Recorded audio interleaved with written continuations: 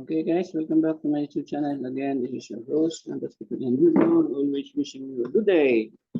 Now, today, what I'm going to do is to continue our BMS Engineer Computer Programming Tutorial, Part 5. Okay, guys, so just to review, we have here our final output for this first program.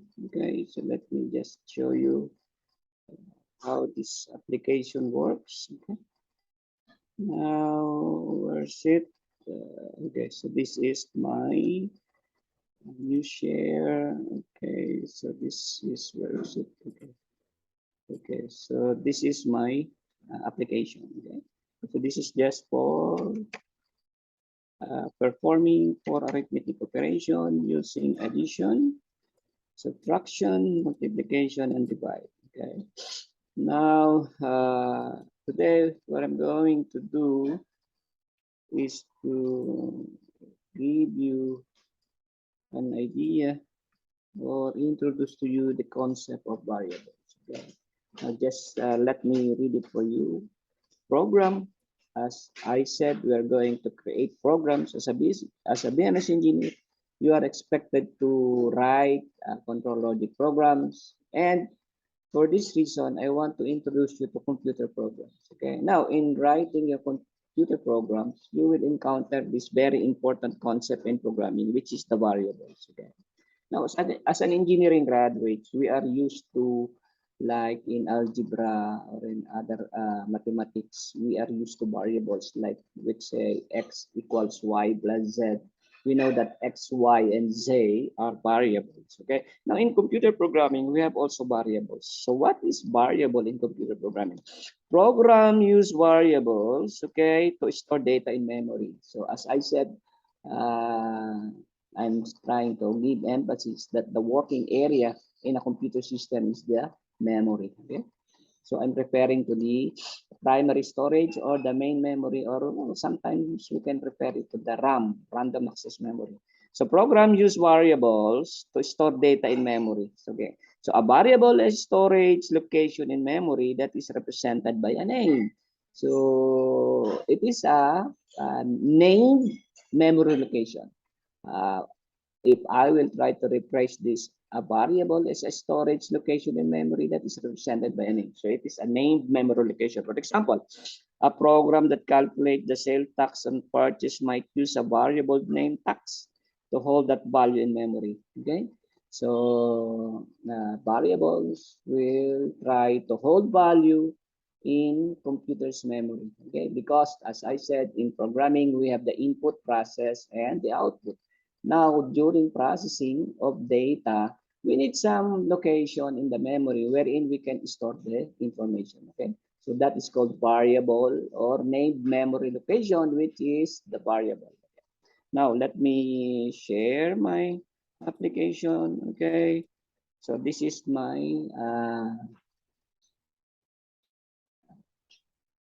application. Okay, now how I'm going to use variable in my program. Okay, so let me go to my coding tab. Okay, so here, okay, now as you can see, I have here my public class main form. Okay, now public class main form, it will be partnered with the end class. Okay, now, okay, so let me just give you an idea about the scope of the variable. There are two scope of variable.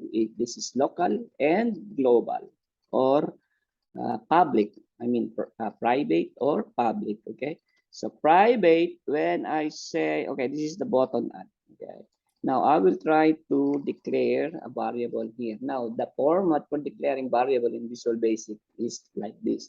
So it will start with the keyword dim, which is short for dimension, then the variable name, text answer. So I say here sum as, okay.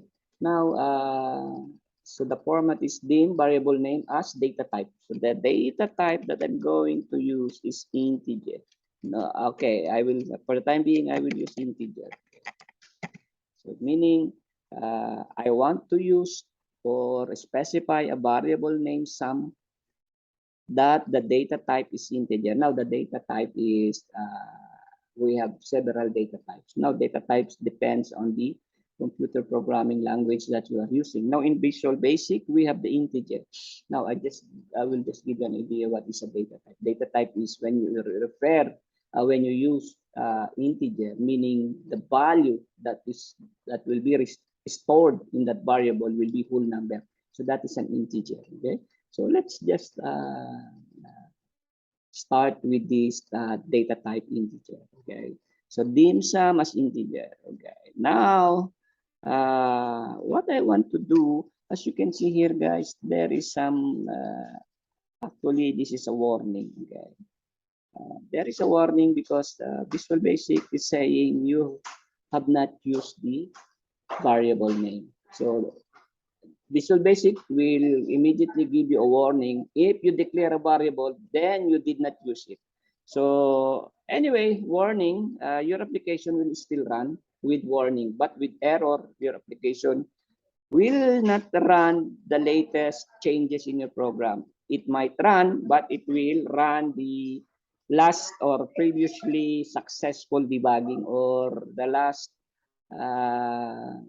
compiled program without error. Okay, so it will not reflect the changes with error. Okay. So anyway, now since I have a warning here, I would like to remove that warning.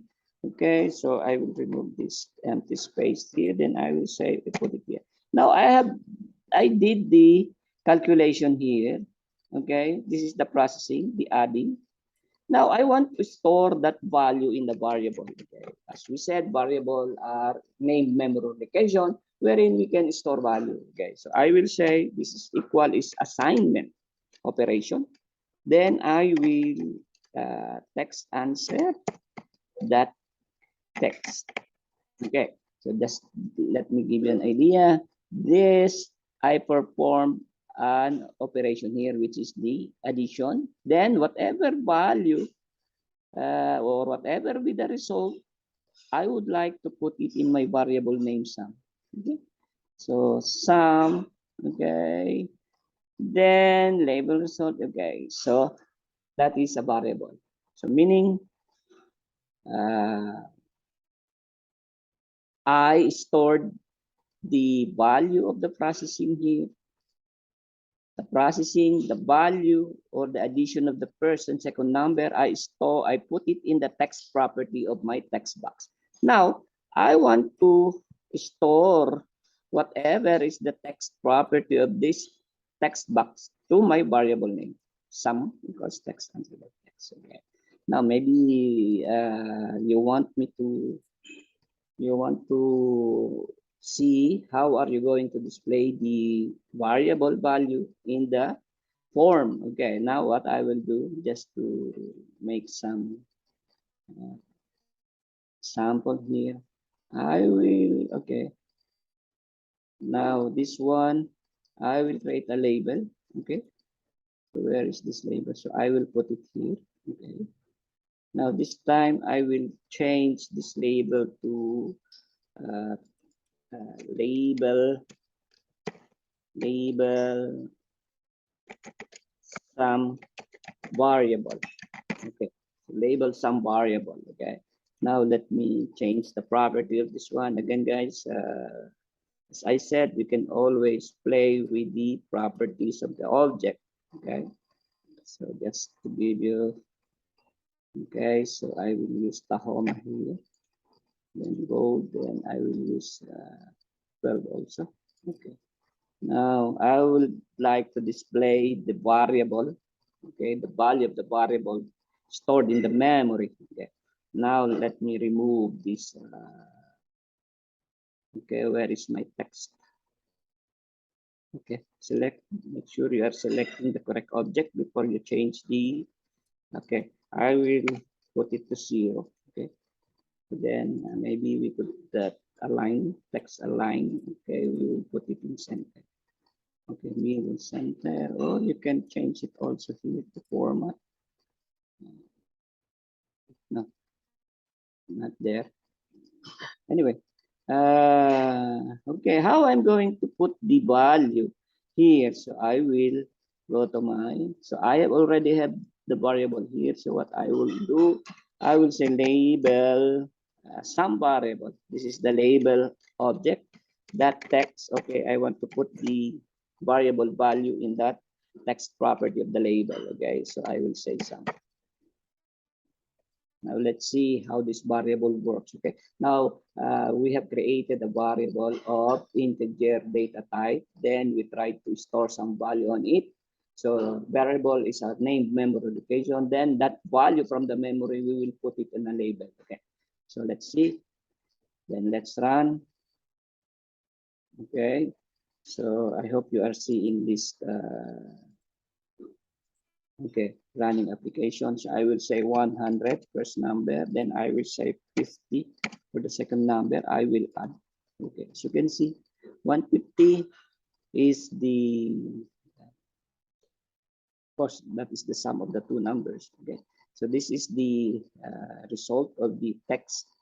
Result that text equals value of the first number plus value of the second number. So I put it in this text box. Then that this value, I put it in the variable name. I put it in the variable, store it in the variable name. Then I try to display the value of the variable in this label, which is showing also 150. So guys, that will be the variable